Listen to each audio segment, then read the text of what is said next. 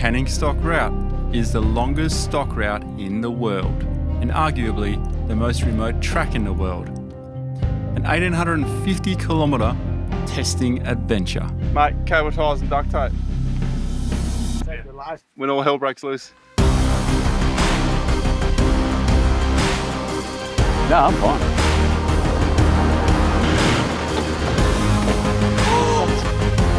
There's no way in the world we're crossing this. It'd be stupid to go in. I'm actually in a slight pickle here. I have to commit to send it right now where I am. You guys are still there. They're watching us. Hey guys, we're a bit stuck here. Let the day begin.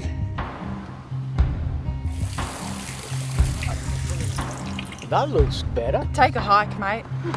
I don't know. Mostly yes, we'll be fine. Yeah, no, he's a sucker for it, eh? Oh my god. Yeah man, go for it. When Ronny or Chris say, guys, you start recording. After months of planning and organising, we're finally here. Wiluna. A very remote town in itself. However, the canning stock route is as remote as it gets. This is just in case anyone finds my camera. Me and Mark here. If we die, we're on the canning stock route. We're at the very beginning of an 1,850 kilometre journey crossing 3 deserts.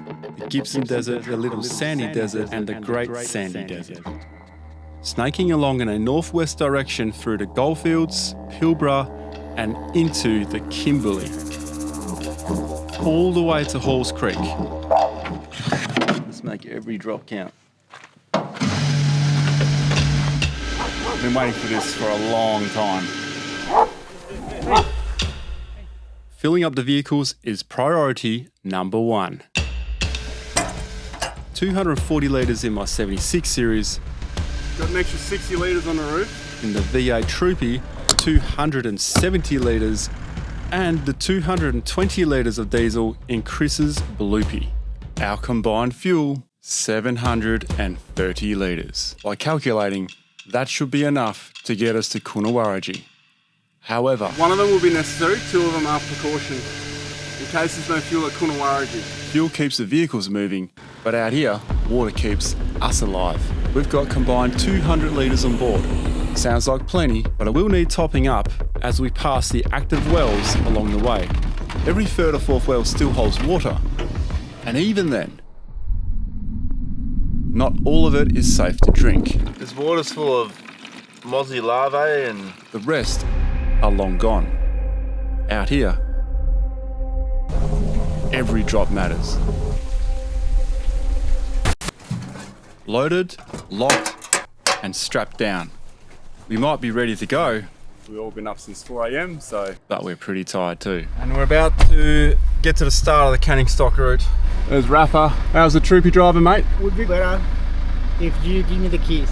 Oh, yeah, right, sorry. Thank you. Lucky I didn't take off, eh? Seeing the sign with 7 kilometres to well number 1 Here we go. was a very welcoming sign. That's pretty exciting. I just think first night we should just into the bush somewhere and then tomorrow morning we can just start fresh.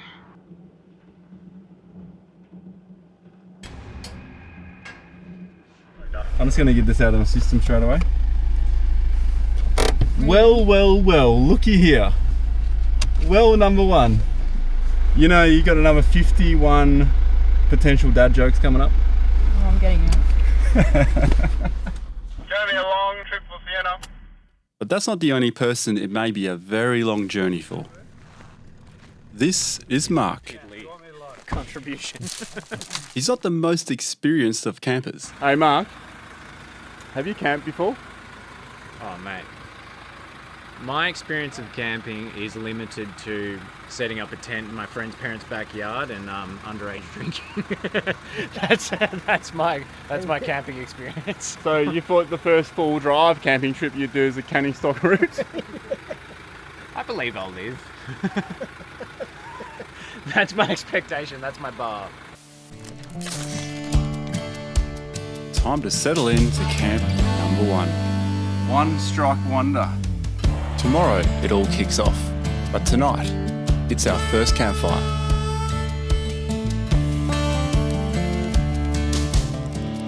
The first of many meals. Some over the flames, others will come from the back of Chris's bloopy. We're buzzing with excitement. But after a long drive, sleep should come easy.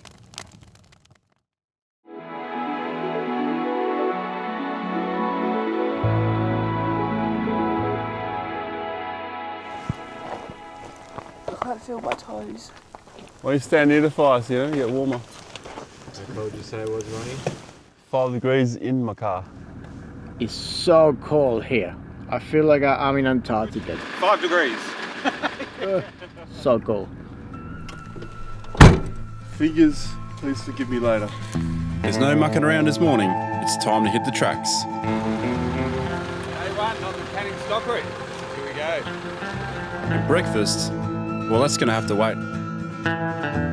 So we're on the official Canning stock route. Let's go. We're about 20 kilometres from starting the official Canning stock route that's drawn on this map. I've been waiting to do this for so many years. Things are about to get dusty. Not only cars on the Canning stock route, also Pooch's there. He's got some legs on him, hey, look at that guy. I reckon that dog was faster than a greyhound. And before we knew it, Oh, look at that. You beauty. whilst our adventure officially begins here, Here we are at the start of the Canning stock route. it really started a long time before that. Ronny and I have been planning this for quite a while. I know it's a massive bucket list for Ronny. I am so freaking excited. I feel like stopping a car and doing zoomies. It's just one of those tracks you just dream about. It's the ultimate track. But stories of the dangers. We spoke to a ranger last night and we heard about a Pajero that burnt down. Within the last 48 hours, caught on fire, had to get rescued.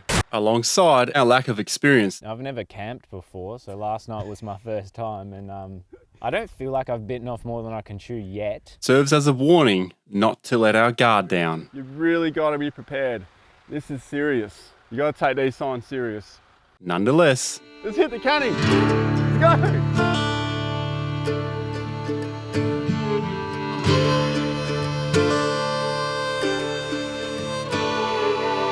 Very rocky landscape. Very rocky and barren.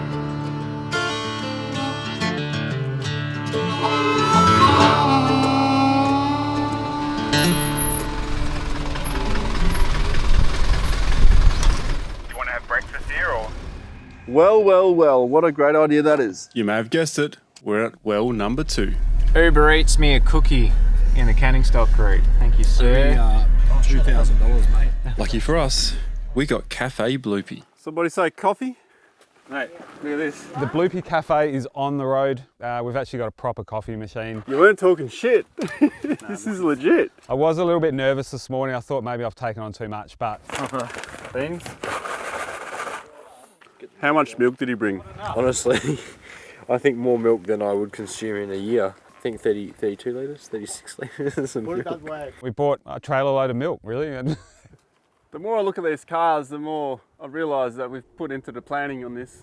When you are this remote, every decision counts. Even something as simple as how many spares you carry. Well, what Chris did insist on bringing was the second spare. Whilst I was mid-explaining why I only brought one spare, They're the same size tyres. the worst case scenario was unfolding. What the do I do with it? Oh my God. I don't even know. I just looked up and there was smoke. All that planning, and We nearly had a vehicle fire. you can't prepare for everything. There's 2 magnifying mirrors right here. She was simply sitting here Trying to do my eyelashes. with a magnifying mirror, and that has burnt a hole up here. She called me over saying that she could smell smoke. And then as I looked up, there's this white hot mark and I'm thinking it's a wire behind the carpet, just hitting it instinctively. And then we figured out it was the mirror. And that wasn't even the end of it. Going to Sienna again for this one? Nah. What? You did it again? Yeah, and it was on my face. Give me that mirror. You alright? Yeah. Where'd you burn yourself? Yeah. Oh my goodness. These are going to go in the bin. I'll buy you a new mirror when we get back. Are you joking? Well, I'm going to cover this one up. Cut it. And I'll cover the magnifying side up. Had we left the mirror in the car and gone for a bit of a bushwalk, we probably wouldn't have had a car to come back to. This is all plastic. So had this gone up, the whole car would have just eventually gone up. Don't freaking leave that there. Magnifying mirrors. You bring your teenage daughter out in a canning stock route or anywhere, even on a winter's day, you can start a fire. Curiosity kicked in, armed with a post-it note, let's replicate. At first, nothing. Yeah, it's not burning hot though. And nothing again. But once the mirror lined up with the sun at the right distance, the paper lit up in an instant. Hold it still, hold it still. No. Sat here for quite a while to try and recreate this. There's a certain distance you need, and Then you hand it to me. I know, you've done it 3 times now. The fire master of a mirror. It didn't take much once it all lined up on the right angle. Therefore, I'm taping up the magnifying side so she can still use the mirror. You can use that side. Hope she locks the mirror.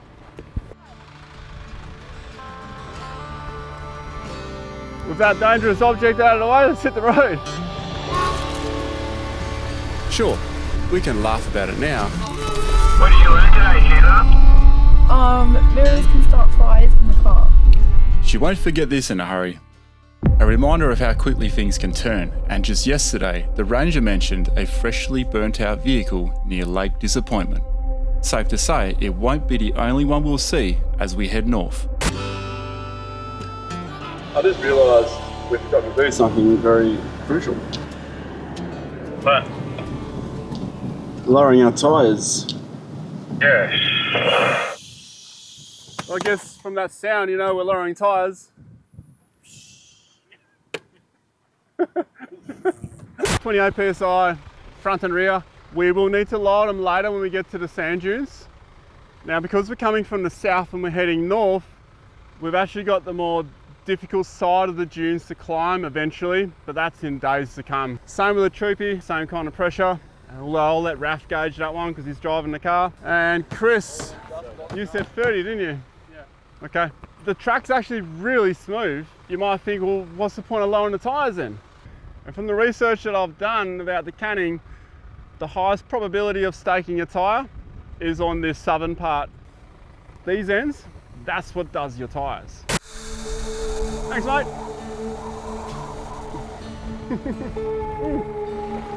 Karma. Karma? Tyres down, feels actually a lot more comfortable too. Well timed too, because we've got all these bumps and washouts and holes now. Right on cue, we hit our first slow, tricky section. Yeah, it looks wicked. Looks really like you're on angle. That's because I am on an angle.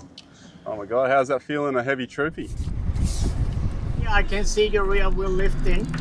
Oh, Chris. You're about to tip. I'm jumping on your side step. Gives you a little bit of... What's going on here? Just go slow. Slow it down, slow it down. Now you're gonna drop in. Slowly, slowly, now slowly squeeze the brake. Get that line. All right. Yep. Now just drive it out. Whoa, whoa, whoa. Sure, it was no problem for me to get through, but the 2 cars behind me That's the floor out that window. And the only thing between me and the floor is Rafa. have heavier roofs. How are we, boys? A bit of stretching. Honestly, I probably should have taken a bypass from the beginning. I didn't think about them, and they just followed me. You know, the troopies, you feel like you're more in an angle than possibly what it is. When Chris's back wheel lifted off, I had that gut feeling. I was like, nah, I'm getting out, I'm gonna sidestep. It was good fun, eh? Oh, Nelly, who knows what's going to happen next? Let's get more of that action. Getting slight gun barrel highway vibes. Spinifex country, white gum, Spinifex. As I get further and further remote, I feel further and further relaxed. Except for when you took your shoes off. That kind of lost the serenity a little bit there, but anyway. Whilst this Spinifex country is absolutely stunning, it does grow quite tall along the Canning Stock route. And it's always in the back of my mind. Doing DPF burn right here. It's always a good time, isn't it? Traversing this kind of stuff. If we don't pay attention, it can quickly turn into serious trouble further down this track. Oh yeah, that's not good. Sitting right on the exhaust. But for now, it's fairly short and just scratchy. Our main concern is dust. That was insane, the dust in there. That was next level. It seems to be getting thicker, very thick. And this reminds me of some advice I was given recently. That dust proof, Ronny? I've got a bit of a knowledgeable person who's got a workshop across mine, and he was asking me about dust on the tracks. And I said, I just use the air conditioner on recirc. But that is the worst thing you could do. You're recirculating the air's got to escape from somewhere and it'll come in from somewhere else. So imagine you're driving through dust, there's turbulent air behind you, it's actually pushing dust inside your vehicle. So long as there's no one in front of you and you're not driving into dust, if you leave your recirc off, so you get the outside air through your filters on the front, and you use the aircon through that method, you will pressurize the cabin. Positive pressure is created inside to prevent all of this from going in. Speaking of dust, Mark, your lens is looking pretty dusty. It works really well, as long as you're not behind someone who's dusting up the track already. Which of course is great news if you're leading the convoy. Yeah, it's good country. It's dusty though. Jeez. But it's a good thing to think about so you can space the convoy out.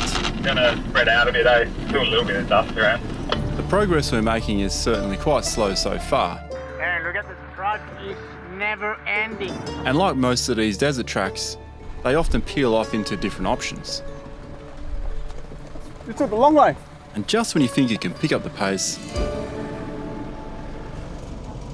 Whoa, Jesus. Go wide, Chris. I lifted a front wheel. What's he doing? Oh, he's diffed out. Yeah. He's diffed out. You can kind of swing to your right a little bit when you go forward. Now go back on full lock left. There you go. Look at that, yeah. We haven't made it very far today, so we're just going to keep moving. and our convoy of 3 Land Cruisers was moving again. Looks like I can go back to high range here. Owning 2 vehicles that are within the convoy, although knowing it's in good hands, you're still wondering, is it okay? That's going to sound way different in the Troopy, hey Ray? The context of this conversation is about paint protection film. The Troopy doesn't have it. And why is he not answering me?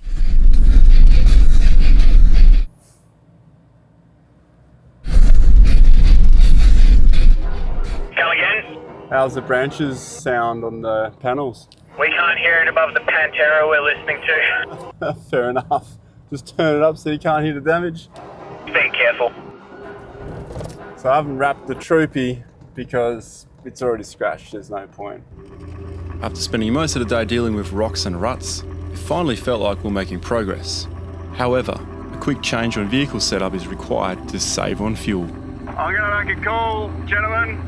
We're going to pull up and take a bit more air out of these tyres. I'm feeling a bit of resistance at these pressures with the corrugation and the sand. Copy that. I'm going to drop another 5. This gave us a good opportunity to see what kind of progress we had actually made. Oh shit. We've really not made much progress, hey? We're not even halfway to where we were going to be yesterday. This is where you were talking about? Yeah. And we are here. Shit. I definitely feel that I've underestimated how far it is. We shall make hay while the sun is up.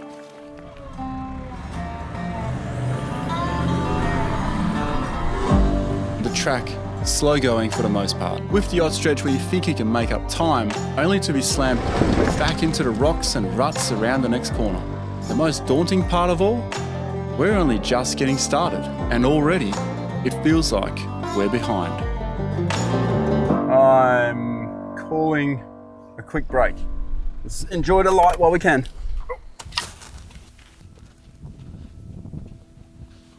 It was a big day, but in terms of distance, it was a small day. I feel like we've underestimated how long it takes to do the canning stock route. We really need to assess what activities we're going to be doing on the way. Otherwise, we'll probably be here for 30 days instead of 16 days, which we had planned for. Oh, thanks, Raf. I do know though, after well 11, things will become more sandy. I think we might make up some time there. Which one is that one? Or what's that? That one is cat. There's two ginger. It's back behind the wheel on the CSR, pushing into the night. Trying to claw back lost time, but can we make it up? Out here, you can line up every detail, but one spark, one wrong turn, and the plan could mean nothing. You don't get to control it. For some, that's a worry. For others, it's just another day in the bush.